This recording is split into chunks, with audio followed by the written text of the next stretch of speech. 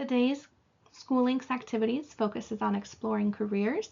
We're going to start on the dashboard and then click the Careers briefcase icon and choose Career Center. This defaults to Regional, which gives you Washington State information. You can see which careers have the most job openings, and you can also see which ones are most common. You can change it to be a specific area if that's where you live or plan to move.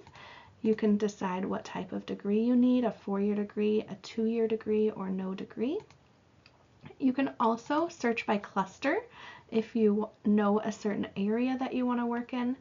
You can look at what's hot, so what's trending, what has the highest job growth, or the most common, or the highest salary. So here's information on that. And you can just simply look at all. There are a whole lot of options in here if you go to all. Let's say that maybe you want to work as a physical therapist. So go ahead and click on one of these cards. These are career profile cards. And it will take you to the career profile. Within the career profile, again, you can look at nationwide or you can focus in on a specific state.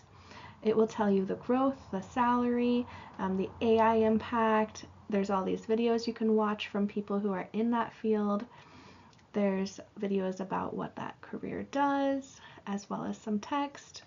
You can come down here and compare how much salary they make versus how much job growth there will be.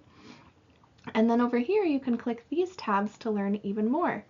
So there's education and training, where you can figure out what you would need to major in, what kind of qualities you need to have, licenses, certifications.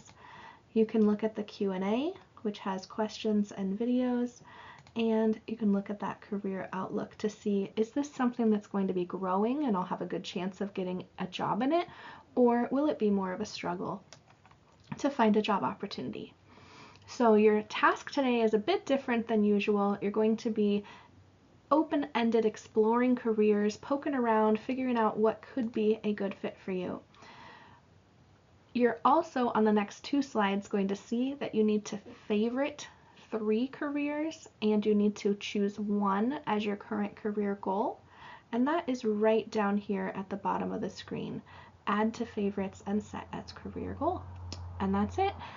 And just like last time, the more you put into this, the more you're going to get out of it. So please do spend some time looking at the options, learning about them, what the requirements are, what opportunities are available to you. And I hope that you enjoy this experience.